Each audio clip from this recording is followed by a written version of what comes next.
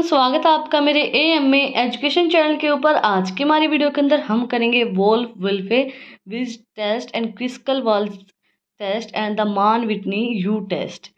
ये जो टेस्ट है ये हमारे लास्ट टॉपिक हैं यूनिट थर्ड के। इसके साथ हमारी यूनिट थर्ड कंप्लीट हो जाएगी। हमारी जो पिछली वीडियो थी उसके अंदर हमने किया था sign test for paired observation and Wilcoxon sign rank test. अगर आपने वो वीडियो नहीं देखी है तो उसका लिंक डिस्क्रिप्शन में है, आप लोग जाके चेक कर सकते हैं। और अगर आप चैनल पे नए हैं तो सबसे पहले चैनल को जाके सब्सक्राइब करें, बेल आइकन प्रेस करें for new updates.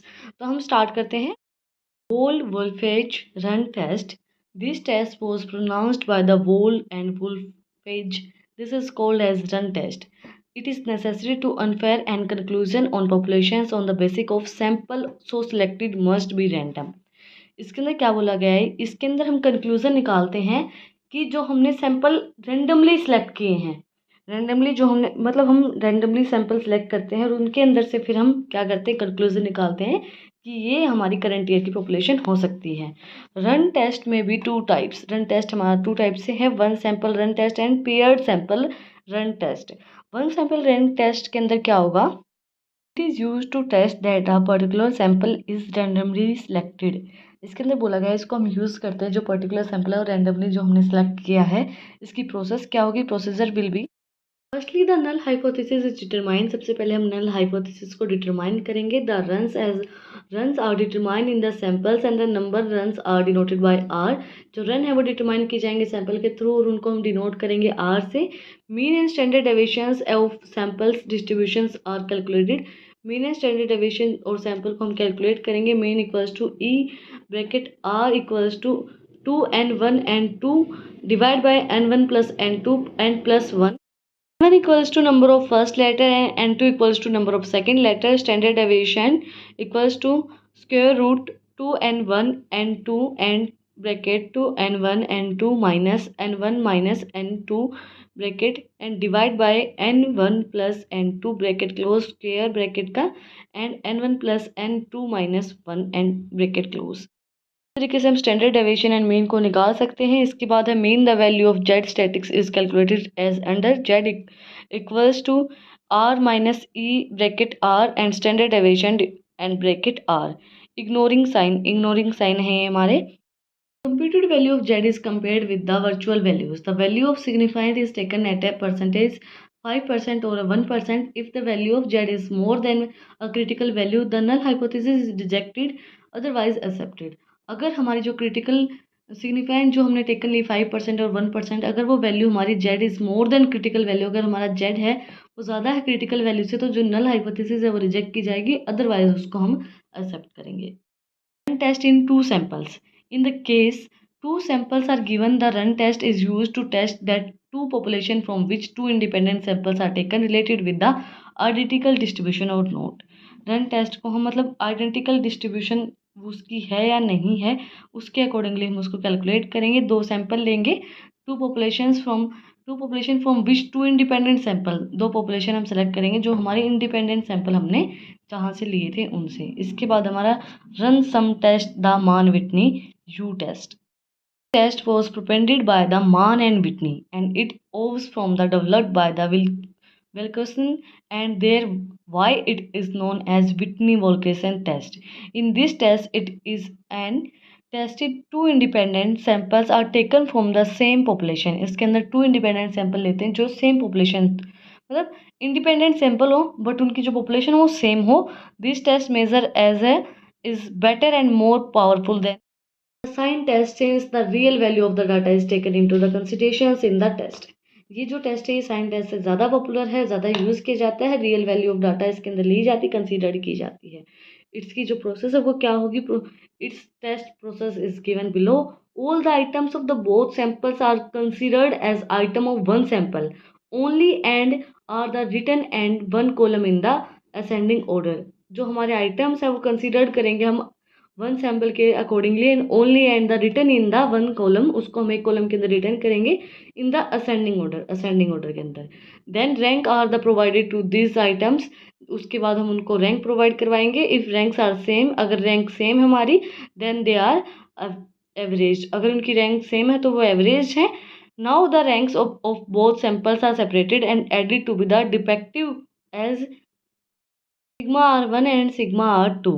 Test static will be calculated as under. Static को हम किस तरीके से कैलकुलेट करेंगे, u1 equals to n1 n2 plus bracket n1 bracket n1 plus 1 and divide by 2 and minus है हमारा sigma r1। इसके बाद है u2 हम किस तरीके से निकालेंगे, n1 n2 plus n2 bracket n2 plus 1 and divide by 2 and minus है हमारा sigma r2। Then the lesser value will be the depict by u, जो लेसर वैल्यू वो डिपेक्ट की जाएगी u से। The mean and standard deviations of sample distribution is calculated. Mean equals to e bracket v and equals to n1 and 2 and divide by 2. n1 equals to number of item in the first sample and n2 equals to number of item in the second sample.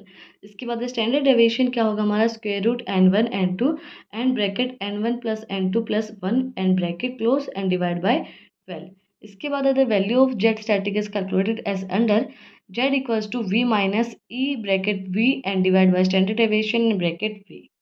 5% of first level of significant, the critical value of z will be the calculated and will be the compared with the real value z and it is lesser than the table value and the null hypothesis is accepted otherwise rejected। अगर हमारी जो table value है उससे अगर वो less होगी जो हमने कंपेयर की है तो उसको एक्सेप्ट किया जाएगा, नहीं तो उसको रिजेक्ट कर दिया जाएगा।